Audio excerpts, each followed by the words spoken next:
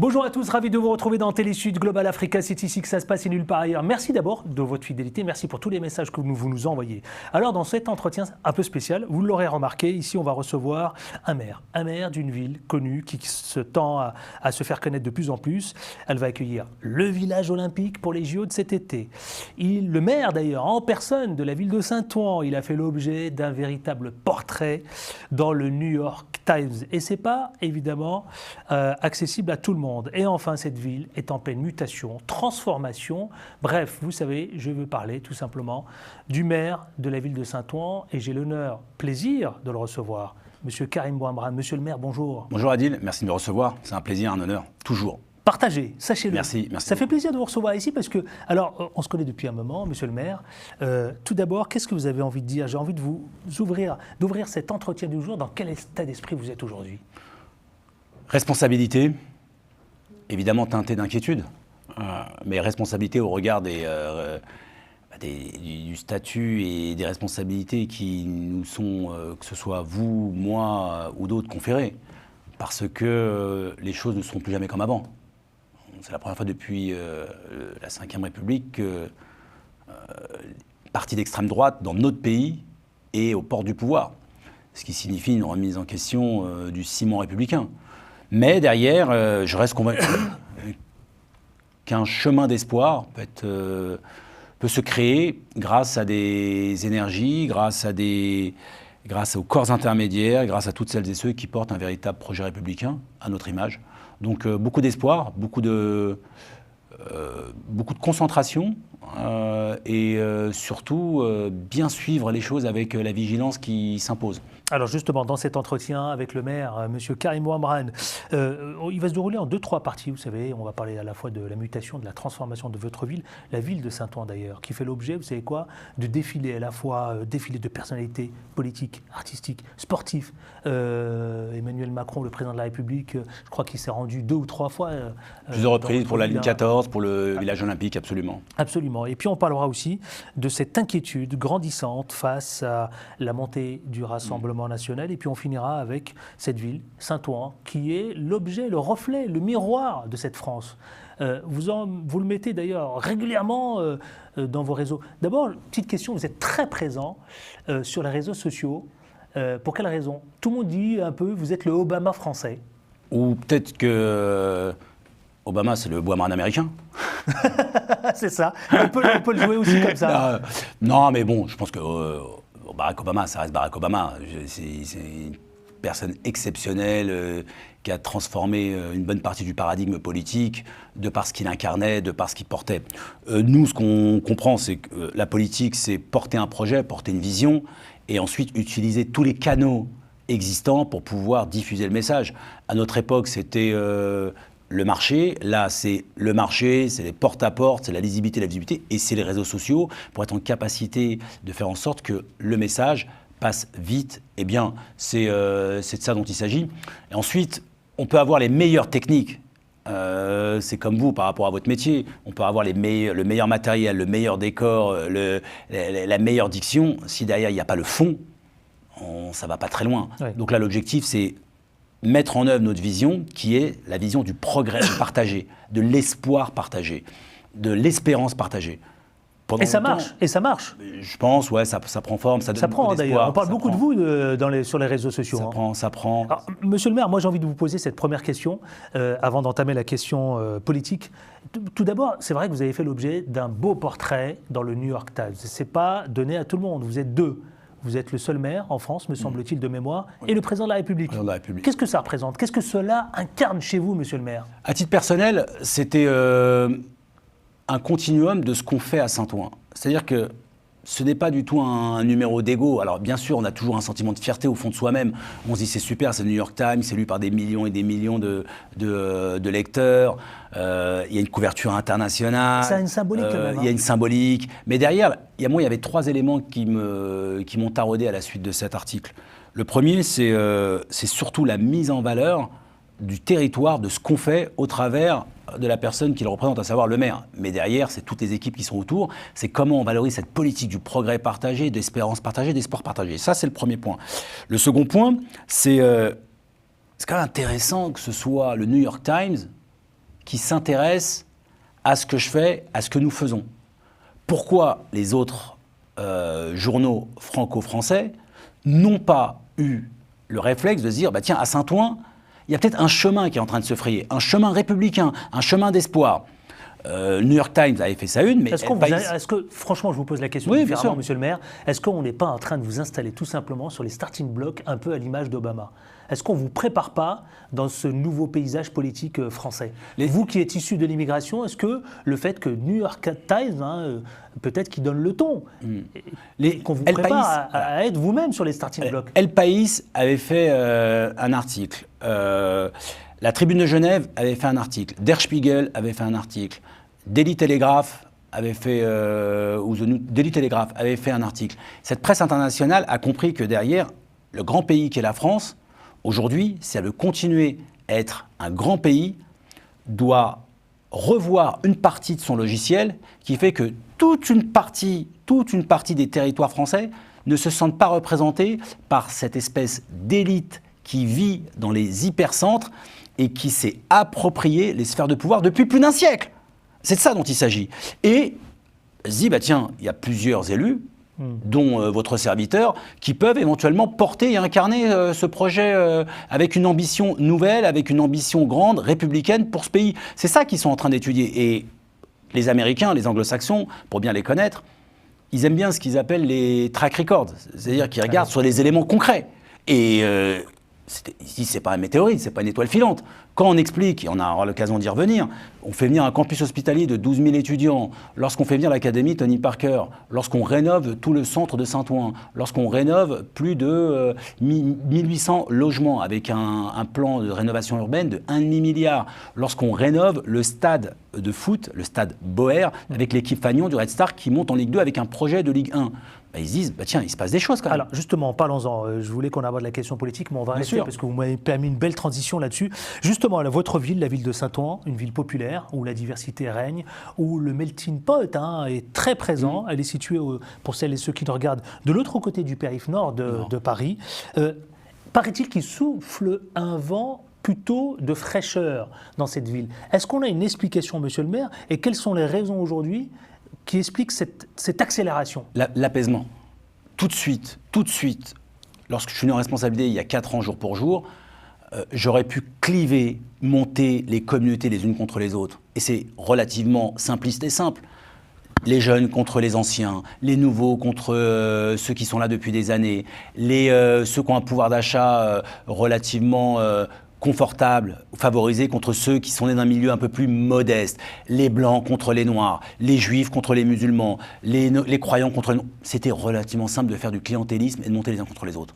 Là, j'ai expliqué tout de suite, être de Saint-Ouen, quelle que soit son origine sociale, quel que soit son rapport avec la religion, quel que soit le nombre d'années passées dans le territoire, quelle que soit son orientation sexuelle, quel que soit son genre, quelle que soit sa couleur de peau, Audegnien un jour, c'est-à-dire habitant de Saint-Ouen, Audegnien toujours. Ben ça, quand vous le juxtaposez au projet national, au projet républicain, c'est exactement ce qu'on doit porter en termes d'espoir. C'est votre recette. Et ça fonctionne. En tout cas, ça engendrait de l'apaisement, cher Adil. C'est-à-dire que au bout d'un moment, vous vous dites, tiens, enfin, un responsable politique qui nous parle avec sincérité. Et au bout d'un moment, on dit ce qu'on fait, on fait ce qu'on dit, parce qu'ensuite, il faut délivrer. Vous êtes une figure emblématique du Parti socialiste, justement. Vous êtes proche aussi parmi ceux qui se retrouvaient président. Dites-moi, monsieur le maire, est-ce que votre schéma peut fonctionner dans d'autres quartiers populaires, dans d'autres villes qui est semblable à la vôtre? Que ce soit dans des villes comme Saint-Ouen, 60 000 habitants, 40% de la population a moins de 35 ans, 36 ans, 37 ans, que ce soit dans des villes périurbaines, que ce soit dans des villes, dans des territoires ruraux, oui, ça doit fonctionner. Ça doit fonctionner parce qu'aujourd'hui, lorsque vous regardez, cher Adil, où est-ce qu'on en est au niveau de notre pays, on est à un moment de bascule. Ça s'affaisse. Alors, au niveau du service public, pour vous soigner, vous avez vu comment c'est compliqué pour vous soigner aujourd'hui? Il fut un temps, à mon époque, quand j'étais gamin, pour avoir un rendez-vous chez un spécialiste, c'était 15 jours, 3 semaines. Aujourd'hui, c'est 3 mois, 4 mois. Vous avez vu le rapport des enseignants, comment ils sont complètement désabusés? Chez les policiers, chez les militaires, au sein de la justice, au sein des enseignements. Alors justement, jusqu'où va votre université. marge de manœuvre, justement, monsieur le maire? Ma marge de manœuvre, aujourd'hui, elle se limite sur 3 volets. Le premier volet, c'est en tant que maire, donc mes prérogatives en tant que maire, en tant que vice-président du département de la Seine-Saint-Denis, qui est à peu près 1,6 million d'habitants, quasiment 2 milliards de budget, en charge de la culture. Et en tant que président de la Société des grands projets, qui est la plus grande structure, le plus grand projet de transport au monde, pour pouvoir faire en sorte que les banlieues puissent communiquer et pas passer systématiquement par le centre, ce qu'on appelle les radiales. Mais ça, cher Adil, c'est exactement ce qui se passe en région, en province. Quand vous êtes au fin fond de la Nièvre, où il y a de la dépopulation, au fin fond du Nord, au fin fond du Sud-Est, du Sud-Ouest, de la Bretagne, de l'Est, qu'est-ce que vous disent les gens? On a un problème de transport, on a un problème de reconnaissance, on a un problème de mépris. Et ce mépris se traduit par un vote RN. Et c'est ça dont il s'agit aujourd'hui. C'est redonner de l'espoir aux gens et de l'espoir par rapport à une puissance publique qui redonne de la dignité aux gens. Et évidemment le pouvoir d'achat. Et vous avez su préserver, justement, monsieur le maire, l'âme d'une ville où le brassage est très présent. Absolument. L'enjeu, cher Adil, pour pouvoir maintenir ce brassage, c'est le logement. La gentrification est un mot qui a été inventé avec pudeur pour dire on enlève, on repousse les très pauvres et les classes moyennes au profit des riches. Nous, on a tablé sur un métissage social fécond. Ça signifie que toutes celles et ceux qui viennent, on les accueille les bras ouverts, et toutes celles et ceux qui sont là depuis des années, qui souvent vivaient dans des cités HLM, on rénove leurs cités HLM pour faire en sorte que derrière, il y ait 100% de logements dignes en utilisant les différents dispositifs, ça existe. Que ce soit le dispositif ANRU, l'Agence nationale de rénovation urbaine, que ce soit des différents dispositifs des ANRU type régionaux, ça existe. Mais encore faut-il, il faut aller les chercher, il faut aller les négocier. Parce que c'est pas vous envoyer une lettre de motivation et on vous envoie des millions. C'est faut porter haut et fort. Et derrière, l'école. Assurer le maximum de qualité au niveau des écoles. C'est la raison pour laquelle on a inauguré encore, pas plus tard qu'en septembre dernier, 3 nouvelles écoles à hauteur de 60 millions, 10 millions par chaque école, 3 groupements scolaires et 6 écoles. Vous avez mis l'accent sur le logement, vous avez raison, monsieur le maire, vous avez fait une déclaration qui m'a interpellé justement, vous savez quoi? Vous avez dit la chose suivante, vous avez dit, mais attendez, les Jeux Olympiques et Paralympiques de 2024, ça y est, on est à quelques jours de l'ouverture de cérémonie des JO. Vous avez dit, ils m'ont permis de gagner plusieurs dizaines d'années dans la transformation de ma ville de Saint-Ouen. C'est la raison pour laquelle, justement, je suis ravi. Et vous avez dit la chose suivante, et ça je vous reconnais bien, monsieur le maire, vous avez dit, eh bien, les Jeux Olympiques, je les envisage comme une arme politique au sens noble du terme pour sensibiliser et responsabiliser toute une génération. Alors, est-ce qu'on peut en parler justement et prendre le temps de décrypter ce que vous avez dit? Bien sûr. Les Jeux Olympiques, pour nous, c'est un accélérateur de particules. Concrètement, ça signifie quoi? C'est, pour toutes celles et ceux qui nous regardent, un véritable plan économique dit keynésien. Keynésien, c'est-à-dire on a de l'argent public qui est injecté et qui donne la possibilité d'accélérer votre politique. Très concrètement, j'ai les routes qui sont rénovées. J'ai un quartier tout neuf avec 1000 logements. C'est ce fameux village olympique? Le village olympique, ce qu'on appelle la reversibilité. C'est-à-dire que tous les athlètes vont être logés dans 3 semaines dans un endroit qui s'appelle le village olympique. La moitié. Et ça, c'est chez vous, dans votre ville? La moitié est à Saint-Ouen, l'autre moitié à Saint-Denis. Et on a on va dire 40-40, une moitié, 40% à Saint-Denis, 40% à Saint-Ouen et une autre partie dans la ville d'en face, à l'île Saint-Denis. Et derrière, il va y avoir ce qu'on appelle une réversibilité. Ça va se transformer en logement. Donc 1000 logements, ça signifie à peu près 2000 personnes. Une trentaine de commerces. Et derrière, ça va me donner la possibilité de nous réapproprier le rapport avec le fleuve. Si vous m'autorisez, 15 secondes d'histoire. Pendant longtemps, tous les territoires périphériques de la ville de Paris, comme les territoires périphériques de la ville de Lyon, ou de la ville de Casa, ou de la ville de Lomé, étaient considérés comme des territoires dits servants. Les périphéries, les lieux bannis. Nous, on avait vécu pendant des années en tant que ville industrielle, on va dire, les contraintes économiques portées par Paris. Aujourd'hui, on a changé de paradigme. On a des gros sièges, Tesla, Eiffage, Alstom, Ça, c'est devenu une Samsung, véritable, effectivement. Exactement, la ligne 14. Et l'enjeu maintenant, c'est comment le nouveau campus hospitalier avec 12 000 étudiants, l'école Audencia qui arrive, l'école de Xavier Niel. Donc, on est une véritable ville universitaire et culturelle. Maintenant, notre enjeu, c'est comment faire en sorte qu'on y accède. La Seine. On revient aux enjeux du début du XXe siècle, c'est-à-dire le fleuve comme moyen économique, moyen touristique et moyen de transport. Et les Jeux Olympiques, parce que c'était l'objet de votre question, l'accélérateur de particules et une arme politique, me donnent la possibilité, en termes d'infrastructures, de transport, de logement, de commerce, d'école. On a une école, une crèche, d'infrastructures, des espaces voiries, ce qu'on appelle les voiries, les espaces, et de végétaliser et d'avoir un parc.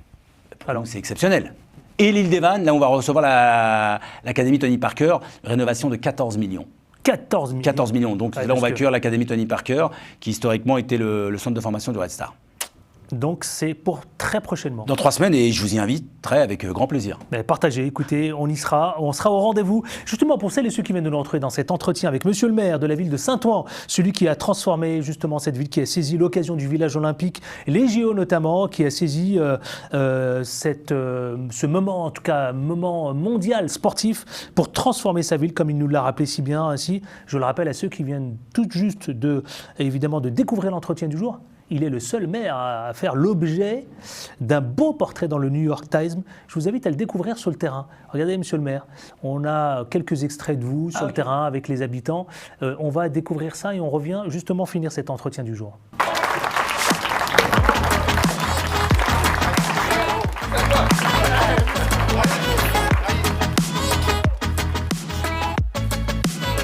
Nous mesurons aujourd'hui la puissance de cette rue Socrates. Aujourd'hui, nous marquons l'histoire. Être fidèle à Socrates, c'est se lever chaque jour avec la volonté de redonner de la confiance et de l'espoir au peuple. C'est transmettre l'espoir d'un monde meilleur à tous les enfants. C'est transmettre des valeurs de générosité, de lutte et d'amour. On inaugure la rue Socrates avec toute la symbolique que ça comporte. Socrates, c'est l'incarnation d'un monde meilleur, la démocratie, la République, les valeurs, le progrès. On a envoyé un message que Saint-Ouen était totalement aligné avec le combat universel porté par Socrates et la démocratie des Corinthians. C'est pour ça que c'était un moment très fort. C'est pour ça que tout ce qu'on fait à Saint-Ouen, on est dans la transmission, on est dans le partage et on est dans l'espoir d'un monde meilleur. Saint-Ouen, c'est une ville où la liberté, l'égalité, la fraternité, la sororité, le partage, l'amour, toutes ces valeurs puissantes sont partagées depuis des années et des années, que toute la nouvelle génération reçoive ces valeurs et la transmette pour les prochaines générations. C'est ça Socrates, c'est ça l'objectif de cette journée.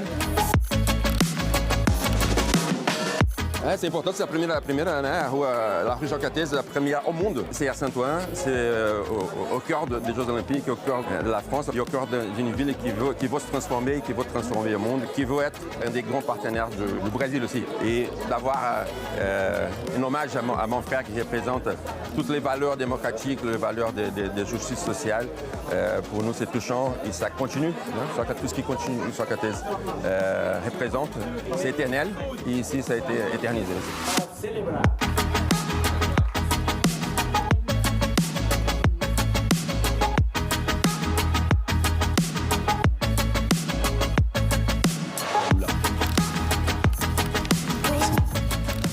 Karim Bouamram, qui est notre invité, vous savez, dans l'entretien du jour.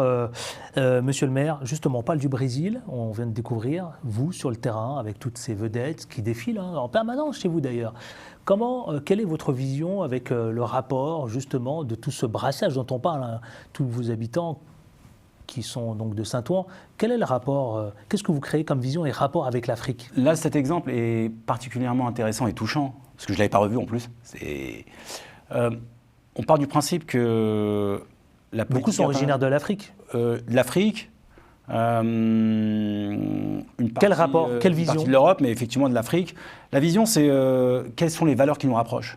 Donc là, on inaugurait la rue Socrates, la première rue au monde, comme j'avais fait le premier gymnase au monde à l'époque quand j'étais maire adjoint au sport, Tommy Smith.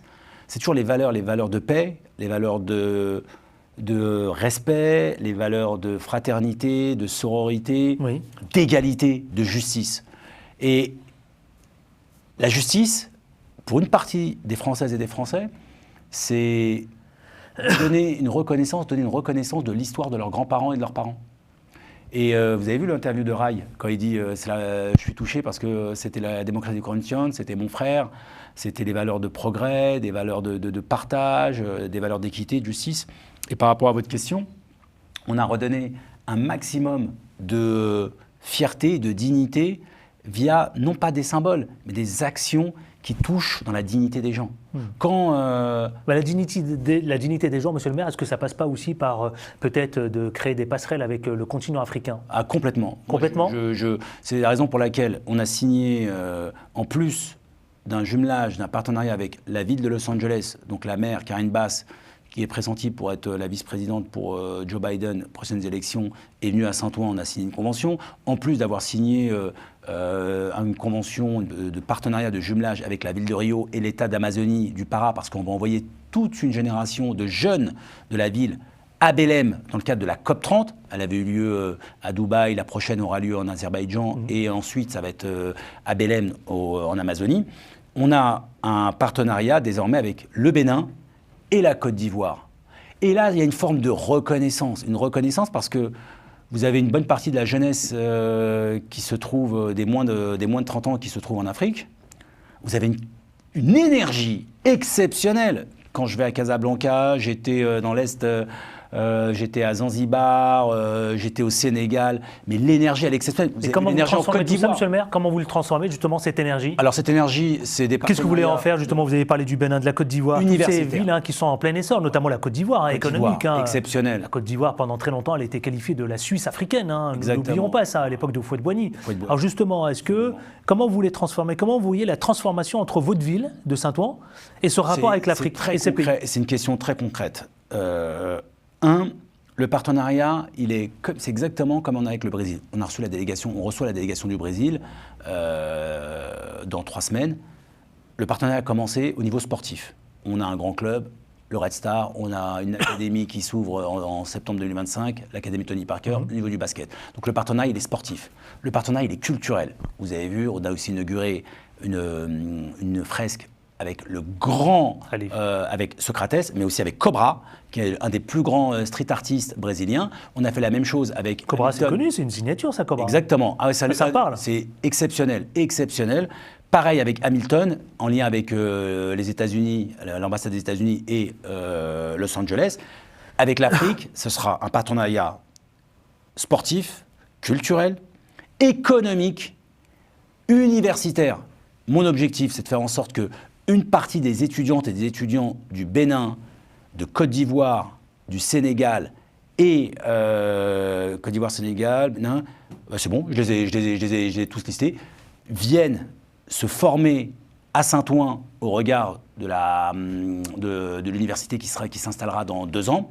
Et inversement, une partie des étudiantes et des étudiants en médecine auront la possibilité d'aller faire un transfert de compétences et bénéficier parce qu'il y a des grands spécialistes au Bénin, en Côte d'Ivoire, au Sénégal, et pouvoir bénéficier de... Donc c'est au-delà d'un jumelage, c'est vraiment... c'est un vrai partenariat. Ce qu'on a commencé à faire avec Rio. Rio, le partenariat, il est culturel, mais il est aussi en termes de santé publique. On a signé un partenariat avec le maire de Rio, Eduardo Pares, sur les échanges d'étudiants en médecine. Donc c'est très concret. Pourquoi? Imaginez-vous, nous, lorsqu'on avait 8 ans, 9 ans, 10 ans, lorsqu'on a un échange avec des Brésiliens, des Béninois, des Vietnamiens, parce que aussi je travaille avec un partenaire au Vietnam, et des enfants de Los Angeles. Vous imaginez comment ça vous donne une capacité d'émancipation, comment vous pétez le plafond de verre, comment vous projetez, comment vous récupérez de la confiance. Eh bien justement, parce qu'on arrive au terme de cet entretien. Déjà. Il y a des émissions, c'est un tunnel. Et là, c'est clair. Non, mais c'est vrai. Alors, monsieur le maire, Karim Bouamrane, il y a une phrase qui me plaît. C'est pas possible. On est d'accord. N'hésitez pas. N'hésitez pas à faire remonter tout ça. Je veux. Non, mais attends, cela dit, là, attendez, c'est dense, mais on apprend beaucoup de choses avec vous. Hein. C'est un plaisir. Il y a une déclaration aussi qui me plaît beaucoup chez vous. Vous dites ce qui nous importe, c'est de sauver le pays, de redonner de l'espoir. Il y a un instant là, vous parliez de l'espoir. Comment vous voyez la naissance de cet espoir auprès de cette génération de Français issus de la diaspora, issus de l'immigration? Je pense que là, moi, ce que j'avais sous-estimé, après notre élection, franchement, c'est l'impact que ça a eu pour les gamines et les gamins. Chaque semaine, je vais dans les écoles, je croise des gamins. Cher Adil, je vous assure, sans langue de bois, j'ai qu'une fierté, c'est l'impact que ça a eu pour ces gamins. Ils reprennent espoir, ils se disent, mais c'est incroyable. Il y a un maire, un responsable politique qui passe à la télé, qui me vous voit, qui me dit bonjour monsieur, alors que je suis qu'en 6e, qui me félicite, qui me parle, et surtout, qui me ressemble dans mon attitude. Quand je dis me ressemble, c'est pas uniquement le physique, c'est pas uniquement l'obédience religieuse, c'est son attitude, son attitude. Il me prend pas de haut, parce que même un gamin de 6 ans, 7 ans, 8 ans, il comprend le respect, et donc il comprend le mépris, il comprend le regard lorsqu'on lui dit « c'est pas possible pour toi », ou derrière « reste à ta place ». Donc ça commence. Le fameux « reste à ta place Ouais. ». Moi, ce que je leur dis, c'est que ta place, c'est être président de la République, minimum, maire, ou si tu souhaites performer dans l'entrepreneuriat, vas-y, dans la culture, vas-y, c'est possible. Mais il faut mettre le plan exécution, c'est le travail. Mais derrière, j'essaie de leur donner un maximum de dignité et de respect. L'éthique de la considération, cher Adil. C'est pour ça que moi, je suis content d'être là. Parce que des gens comme vous, j'ai toujours reçu cette éthique de la considération. Et au bout d'un moment, il y a une fragmentation pour toute une génération de responsables politiques parce qu'ils ont ressenti la déconsidération, le mépris. C'est pour ça qu'il y a une partie des électeurs qui se tournent vers le RN. C'est ce mépris, c'est cette déconsidération, c'est ce manque de respect. Ils disent au bout d'un moment, on se moque de nous. Ben, c'est sur cette Et belle note. c'est cette génération qu'on essaie de transformer en positif. Eh bien, monsieur le maire, moi je resterai sur cette belle note Merci d'espoir. beaucoup. Merci. Bravo. Merci. Bravo d'abord, j'ai envie de vous féliciter, parce que bravo pour ce que vous faites. Merci beaucoup, Adil. Bravo, respect aussi, parce Merci. que évidemment, vous incarnez aussi cette Merci. exemplarité, mais au-delà de ça, hein, c'est-à-dire que vous représentez en quelque sorte l'effet miroir. Merci vous beaucoup. parlez de cette génération, c'est aussi l'effet miroir pour cette génération, il ne faut pas l'oublier. Hein. Voilà. Donc bravo pour ce que Merci. vous faites. Hein. Merci Celui pour qui a fait l'objet, je le rappelle encore à celles et ceux qui nous regardent, New York Times, véritable beau portrait, je vous invite à aller le découvrir. Le village olympique, c'est sur la ville de Saint-Ouen. Ça s'inscrit dans le cadre des JO, monsieur le maire. Merci infiniment. Merci Adil. Et un message personnel pour tous les journalistes comme vous qui ont toujours gardé une éthique journalistique, une rectitude et surtout qui connaissent parfaitement leur dossier. Et c'était un plaisir d'être parmi vous. Merci, j'étais honoré. Merci infiniment Karim Bouamram, le Merci. maire donc de la ville de Saint-Ouen. Merci monsieur le maire. Merci à Romain à la réalisation. On se retrouve très prochainement avec un autre invité, une autre histoire, un autre engagement. D'ici là, prenez soin de vous. On ne lâche rien. À très bientôt.